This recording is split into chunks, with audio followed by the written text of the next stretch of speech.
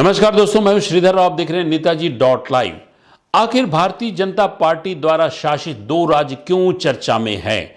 वहां के मुख्यमंत्रियों की कार्यशैली अलग अलग होते हुए भी क्यों चर्चा में रहती है? हम चर्चा कर रहे हैं आज उत्तर प्रदेश यानी योगी आदित्यनाथ की, वहीं पर आसाम यानी कि हेमंत विश्व शर्मा की। दोनों की कार्यशैली अलग अलग है, दोनों के जो काम करने के तरीके अलग है, दोनों की स्वभाव अलग है। जहां पर एक उग्रता के साथ, एक तेजी के साथ योगी आदित्यनाथ कार्य करते हैं और अपने विचारों को, अपने पार्टी के जो विचारधारा है उसको अमली जामा पहनाने की कोशिश करते हैं। वहीं पर हेमंत विश्व शर्मा मुस्कुराते हुए सरलता के साथ किस तरह से भारतीय जनता पार्टी के एजेंडे को लागू कर रहे हैं, खासकर देश को एकता के रूप में लाने के लिए और नरेंद्र मोदी के द्वारा किए गए नित नए कार्यों को जमीनी स्तर पर पहुंचाने के लिए ये दोनों मुख्यमंत्री किस तरह से कार्य कर रहे हैं, इन दोनों की कार्यशैली पर हमने चर्चा की भारत के जाने माने राजनीतिक विश्लेषक सज्जन कुमार से। आइए देखते हैं क्या कह रहे हैं नेताजी डॉट लाइव के माध्यम से सज्जन कुमार इन दोनों मुख्यमंत्रियों की कार्यशैली पर, इनके एजेंडे पर। देखते हैं।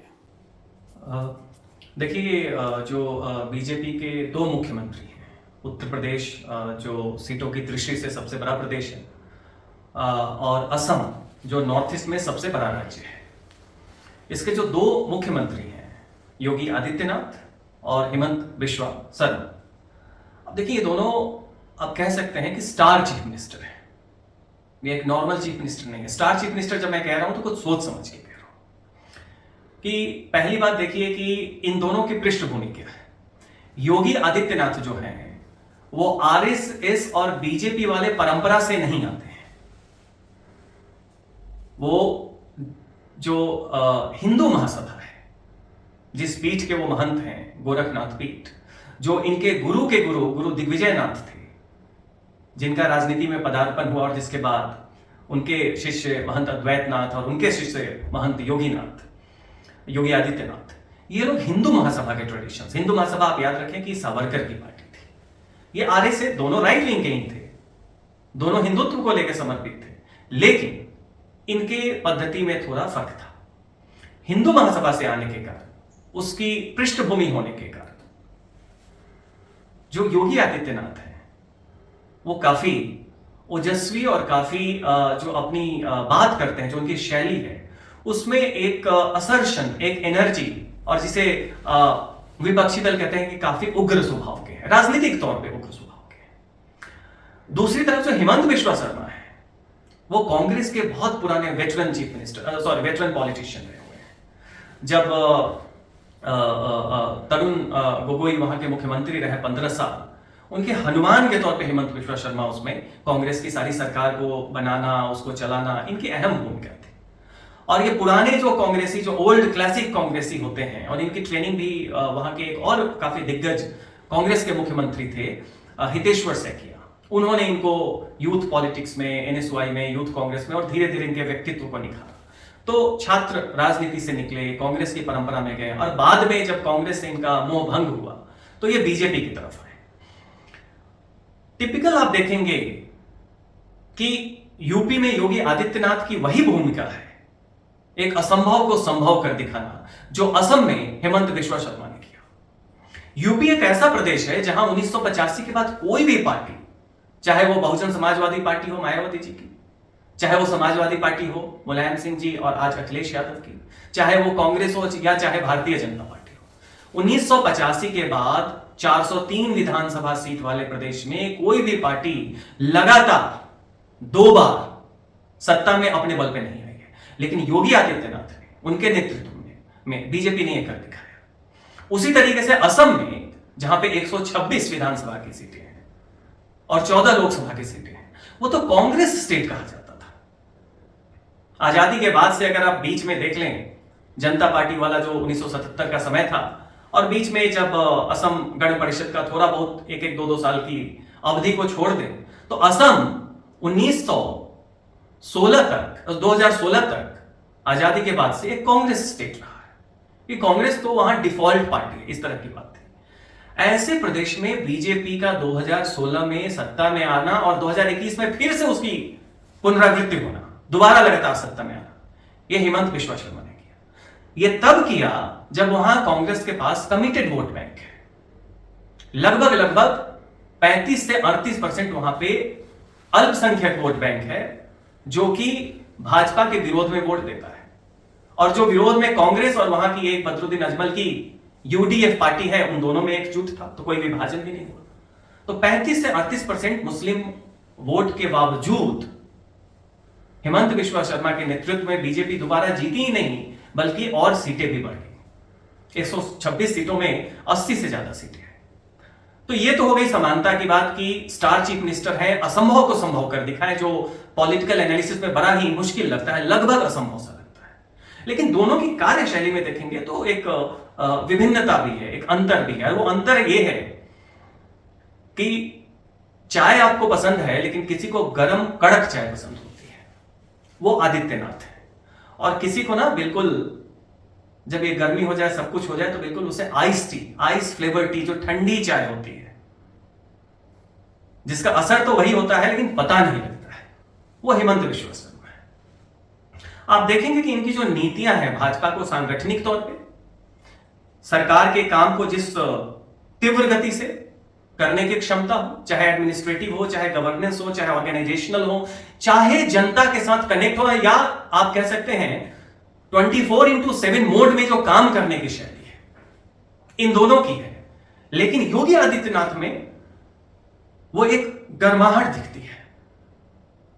हमेशा आप देखेंगे कि कोई भी उनका स्टेटमेंट, वो सीधा उसमें लगता है कि एक बहुत ही मजबूत दावेदारी है सरकार के काम को लेके, जनता के मुद्दों को लेके, कानून व्यवस्था को लेके।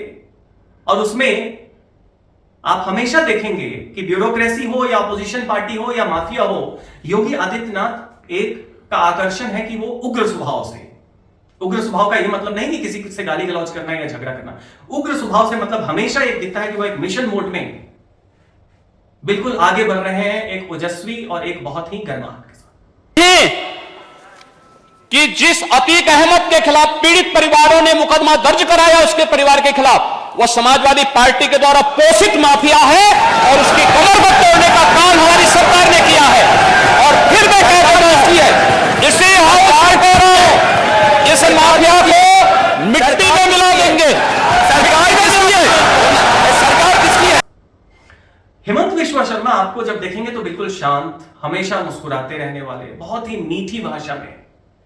लेकिन अगर आप उस शांत, सौम्य, मृदुलभाषी हेमंत बिश्वा शर्मा के पीछे हो रहे सारे तंत्र को देखें, उसमें जिस एग्रेशन के साथ भाजपा आगे बढ़ रही है, जिस एग्रेशन के साथ विपक्ष को उन्होंने घेरा है, जिस तरीके से असम जैसे राज्य में जहां पे इलीगल इमिग्रेशन का, लैंड एंक्रोचमेंट का, स्मगलिंग का, ड्रग का और भी तमाम जो वहां पे एथनिक वायलेंस का, मिलिटेंसी का, असम में उल्फा से लेकर तमाम इस तरह के ग्रुप रहे हैं, जिस तरीके से उन्होंने इसे सही किया है, दुरुस्त किया है, बिना कहीं भी कोई शोर मचाए, बिना कहीं बहुत ज्यादा इसे एग्रेशन के साथ प्रस्तुत किए हुए, आप देखेंगे असर वही है। मेरा यही बोलना है कि अभी जो मणिपुर का परिवेश है, वो परिस्थिति को नियंत्रण करने का काम स्टेट गवर्नमेंट और सेंट्रल गवर्नमेंट को करना है। उस समय कोई भी पॉलिटिकल लीडर्स को वहाँ जाके ज़बरदस्त करना, और जो रिजल्ट भी कुछ नहीं निकालेगा, मतलब काल वो आ जाएगा, उनका विजिट से कुछ पॉजिटिव होगा तो अलग बात है। वो तो एक खाली 1 डे का एक मीडिया का जो कवरेज, मीडिया एपिसोड वही होगा, उसका आगे और पीछे कोई रिजल्ट निकालने वाला नहीं है। तो इसे आप हॉट टी और कोल्ड आइस टी वाले मानक से समझ सकते हैं कि बीजेपी के पास 2 स्टार चीफ मिनिस्टर हैं, दोनों बहुत ही महत्वपूर्ण राज्य में, एक पूर्वोत्तर भारत में और एक नॉर्थ उत्तर भारत में, और दोनों संगठन के लिए, सरकार के लिए, जनता के लिए 24/7 मोड में काम कर रहे हैं। शैली बिल्कुल अलग है और ये भाजपा के लिए बड़ा ही एक महत्वपूर्ण सी बात है, क्योंकि ये दोनों एसेट हैं। और जिस तरीके से ये भी याद रखिए कि उम्र का भी इनको फायदा है, दोनों अभी 50 के अराउंड है, तो लंबी पारी खेलने के लिए तैयार है। और इस तरीके से अब दोनों चीफ मिनिस्टर जो है सुपर स्टार और स्टार चीफ मिनिस्टर कह सकते हैं। और ये लोग सेकेंड लाइन के लीडरशिप हैं। जो पोस्ट मोदी लीडरशिप की बात हो रही है, कौन कहा जाएगा ये तो कहना मुश्किल है, लेकिन इस तरह हेमंत बिश्वा शर्मा असम से और योगी आदित्यनाथ उत्तर प्रदेश से जिस तरीके से ये लोग अपनी दावेदारी कर रहे हैं, अपनी मौजूदगी का लोगों के बीच में एहसास करवा रहे हैं अपने कामों से, अपने शैली से, वो बड़ा ही भाजपा के लिए सुखद अनुभव है। बहुत ही एसेट हैं ये दोनों। और आने वाले समय में आप देखेंगे, चाहे 24 का चुनाव हो या प्रदेश का चुनाव हो या अपने दूसरे राज्यों का चुनाव हो, ये दोनों बीजेपी के लिए पोस्ट मोदी जो लीडरशिप है या मोदी जी के साथ की जो लीडरशिप है, उसमें बहुत बड़ा इनका अट्रैक्शन है, बहुत बड़ा आकर्षण है, बहुत बड़ा कंट्रीब्यूशन अभी भी है और फ्यूचर में भी होगा। आपने देखा किस तरह से उत्तर प्रदेश के मुख्यमंत्री महंत योगी आदित्यनाथ और असम के मुख्यमंत्री हेमंत बिश्वा शर्मा की कार्यशैली के बारे में चर्चा कर रहे थे सज्जन कुमार, जो देश के जाने माने राजनीतिक विश्लेषक हैं, साथ साथ ही एक लेखक हैं। उनकी हाल ही में प्रकाशित किताब माया, मोदी और आजाद काफी चर्चा में है। यदि आप सज्जन कुमार से नेताजी.live के माध्यम से कोई प्रश्न करना चाहते हैं राजनीतिक क्षेत्र में, तो हमें जरूर लिखें, हमारे कमेंट बॉक्स में प्रश्न करें।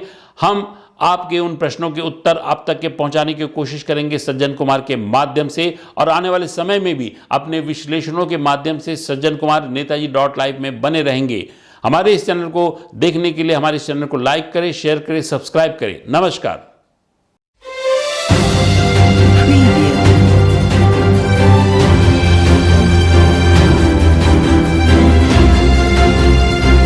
नेताजी.live के प्रायोजक है Satyadeep diagnostic and clinic, Supela, Bhilai.